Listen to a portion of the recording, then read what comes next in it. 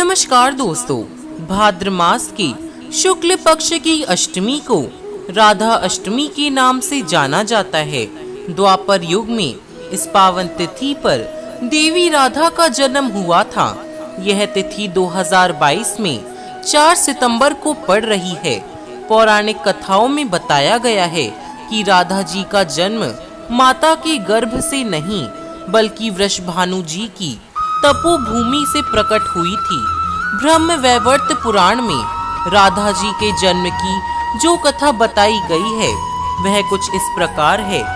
राधा कृष्ण के साथ गौलोक में निवास करते थे।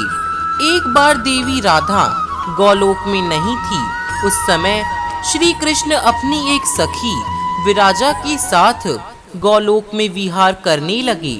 राधा जी यह सुनकर क्रोधित हो गई और तुरंत श्री कृष्ण के पास जा पहुंची और उन्हें भला बुरा कहने लगी। यह देखकर कान्हा के मित्र सुदामा को बुरा लगा और उन्होंने राधा को पृथ्वी पर जन्म लेने का श्राप दे दिया। राधा को इस तरह क्रोधित देखकर विराजा वहां से नदी के रूप में चली गई। इस श्राप के बाद राधा ने श्री दामा को राक्षस कुल में जन्म लेने का श्राप दिया। देवी राधा के श्राप के कारण श्री दामा ने शंखचूर राक्षस के रूप में जन्म लिया। वहीं राक्षस जो भगवान विष्णु का अनन्य भक्त बना और देवी राधा ने वृषभानु जी की पुत्री के रूप में पृथ्वी पर जन्म लिया। लेकिन राधा वृषभानु जी की पत्नी देवी कीर्ति के गर्भ से नहीं जन्मी।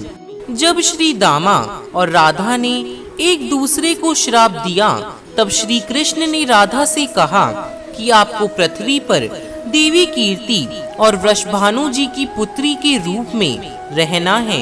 वहां आपका विवाह रायान नामक एक वैश्य से होगा। रायान मेरा ही अंशावतार होगा और पृथ्वी पर भी आप मेरी प्रिया बनकर रहेंगी। उस रूप में हमें बिछड़ने का दर्द सहना होगा। अब आप पृथ्वी पर जन्म लेने की तैयारी करें। सांसारिक दृष्टि में देवी कीर्ति गर्भवती हुई और उन्हें प्रसव भी हुआ। लेकिन देवी कीर्ति के गर्भ में योग माया की प्रेरणा से वायु का अभाव हुआ था और उन्होंने वायु को ही जन्म दिया। जब वह प्रसव पीड़ा से गुजर रही थी उसी समय वहां देवी राधा कन्या के रूप में प्रकट हो गई। कृष्ण प्रिया राधा रानी के प्राकट्य दिवस पर व्रत रखने से भगवान कृष्ण भी प्रसन्न होते हैं और मनोवांछित फल प्रदान करते हैं। राधा नाम संसार के सभी दुखों को हरने वाला है। मान्यताओं के अनुसार राधा अष्टमी का व्रत करने से कभी भी घर में धन की कमी नहीं होती और हमेशा सुख शांति बनी रहती है। तो दोस्तों, कैसी लगी आप सभी को आज की हमारी यह कहानी? हमें कमेंट बॉक्स में लिखकर जरूर बताइएगा।